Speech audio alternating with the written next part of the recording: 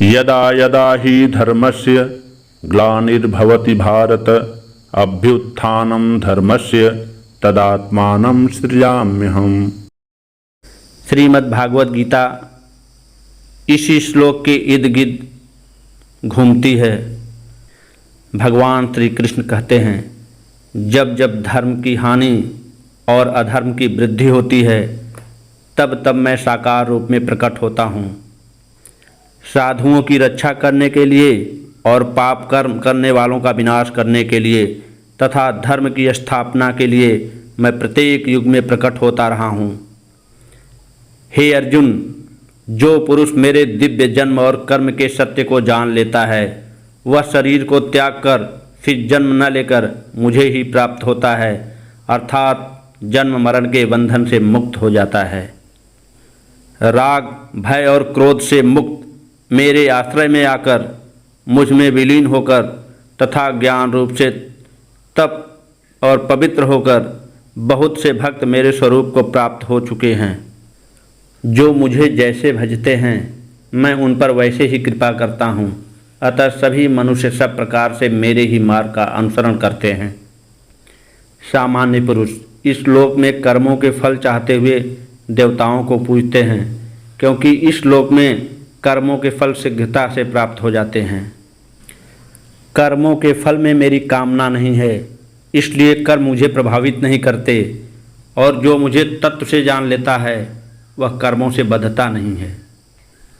पूर्व काल में मोक्ष पाने वाले पुरुषों ने भी इसी प्रकार के कर्म किए थे, इसलिए तू भी पूर्वजों के समान किए जाने वाले कर्मों को ही कर। कर्म और विकर्म क्या है तथा अकर्म क्या है यह जानना चाहिए, क्योंकि कर्म का प्रभाव बहुत गहरा है।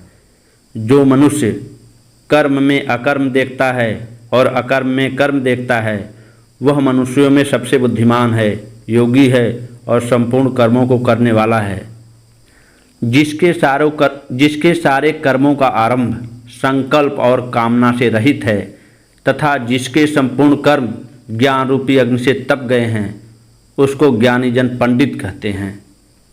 जो कर्म फल में लगाव का त्याग करके उस पर निर्भर न रहकर सदा तृप्त हैं वह कर्मों से अच्छी तरह से लगा हुआ भी वास्तव में उन कर्मों का कर्ता नहीं माना जाता। जिसने मन और बुद्धि को वश में कर लिया है तथा सब प्रकार के भोगों का त्याग कर दिया है, ऐसा पुरुष शारीरिक कर्म करते हुए भी पाप को प्राप्त नहीं होता। जिस मनुष्य को जो कुछ भी मिल जाए उसमें ही संतुष्ट रहता हो, जो ईर्ष्या और द्वंद्वों से मुक्त रहकर सफलता और असफलता में संभाव रहता है, वह कर्म करते हुए भी उससे नहीं बंधता। जिस पुरुष के मन से लगाव मिट गया है और वह मुक्त है, जिसका चित्त ज्ञान में स्थित है, यज्ञ के लिए इस प्रकार का कर्म करने वाले पुरुष के समस्त कर्म विलय हो जाते हैं। जिस प्रकार प्रज्वलित अग्नि सब प्रकार के ईंधनों को भस्म कर देती है, उसी प्रकार ज्ञान रूपी अग्नि सभी कर्मों को भस्म कर देती है। इस संसार में ज्ञान के समान पवित्र करने वाला कोई दूसरा साधन नहीं है। जो योग में भली भांति निपुण हो गया है वह उस तत्व ज्ञान को स्वयं ही अपने आप में पा लेता है।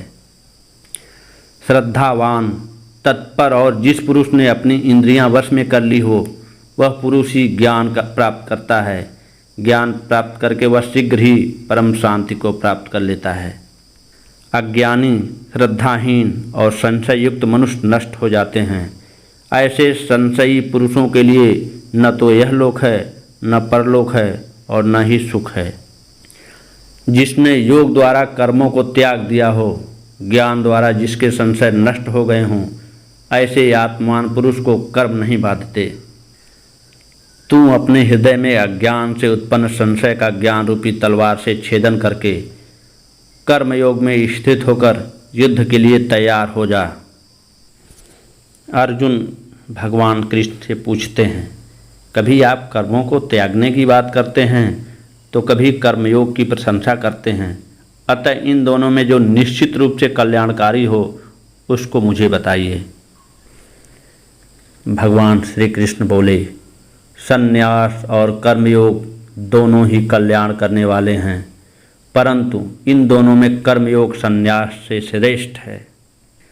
जो पुरुष न किसी से द्वेष करता है और न ही कर्मफल की आकांक्षा करता है, ऐसा पुरुष सदा सन्यासी ही समझने योग्य है, क्योंकि द्वंद्वों से रहित पुरुष सुखपूर्वक संसार बंधन से मुक्त हो जाता है।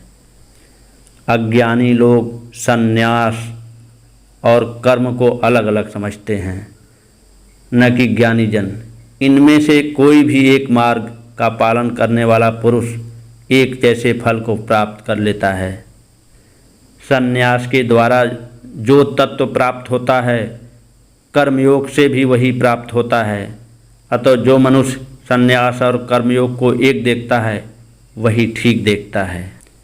कर्मयोग के बिना सन्यास मार्ग पाना कठिन है, किंतु मननशील योगी पुरुष परमात्मा को शीघ्र ही प्राप्त कर लेता है। जिस कर्मयोगी का अंतःकरण पवित्र है और इंद्रियां अपने वश में हैं तथा सभी प्राणियों में स्वयं को देखता है, ऐसा कर्मयोगी कर्म करते हुए भी कर्म बंधन से नहीं बंधता। जो पुरुष अपने सभी कर्म ब्रह्म में अर्पण करके और उससे उत्पन्न हुआ लगाव को त्याग कर कर्म करता है, वह जल में कमल के पत्ते के समान पाप से लिप्त नहीं होता। कर्मयोगी लगाव को त्याग कर शरीर, मन, बुद्धि और इंद्रियों द्वारा आत्मशुद्धि के लिए कर्म करते हैं। कर्मयोगी पुरुष कर्म फल का त्याग करके परम शांति को प्राप्त होता है, और कर्म फल में लगाव रखने वाला पुरुष कामना से बंधता हुआ उसी में स्थित रहता है। जब सन्यासी पुरुष मन से सब कर्मों को त्याग कर देता है, तब नवद्वार वाली इस शरीर रूपी नगरी में सुख से रहते हुए भी न कर्म करता है और न करवाता है। परमात्मा किसी के पाप कर्म और पुण्य कर्म को ग्रहण नहीं करता, बल्कि अज्ञान ने ज्ञान को ढका हुआ है। इस कारण सब जीव मोहित हो रहे हैं। परंतु जिन्होंने अपने विवेक के द्वारा उस अज्ञानता का नाश कर दिया है, उनका वह ज्ञान सूर्य की तरफ परम तत्व परमात्मा को प्रकाशित कर देता है। इंद्रिय तथा उसके विषय के संयोग से जो उत्पन्न होने वाले भोग हैं, वही दुख का कारण है और वे आदि अंत वाले हैं। इसलिए बुद्धिमान पुरुष उनमें लिप्त नहीं होता है। जो मनुष्य शरीर त्यागने से पूर्व काम और क्रोध से उत्पन्न वेग को सहन करने में समर्थ है, वह पुरुष योगी और सुखी है। जो मनुष्य अंतरात्मा में सुख का अनुभव करता है, अपनी आत्मा में ही आराम करता है तथा परमात्मा का ज्ञान वाला है, वह योगी ब्रह्मरूप बनकर परम मोक्ष को प्राप्त होता है।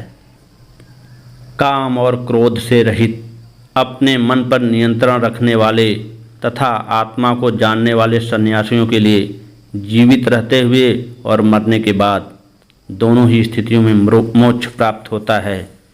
वह भक्त जो मुझे यज्ञ तप का भोक्ता और संपूर्ण लोकों का महान ईश्वर तथा प्राणियों का दयालु व प्रेमी समझता है, वह भक्त जो मुझे यज्ञ तप का भोक्ता और संपूर्ण लोकों का महान ईश्वर तथा प्राणियों का दयालु व प्रेमी समझता है, वह शांति को प्राप्त हो जाता है।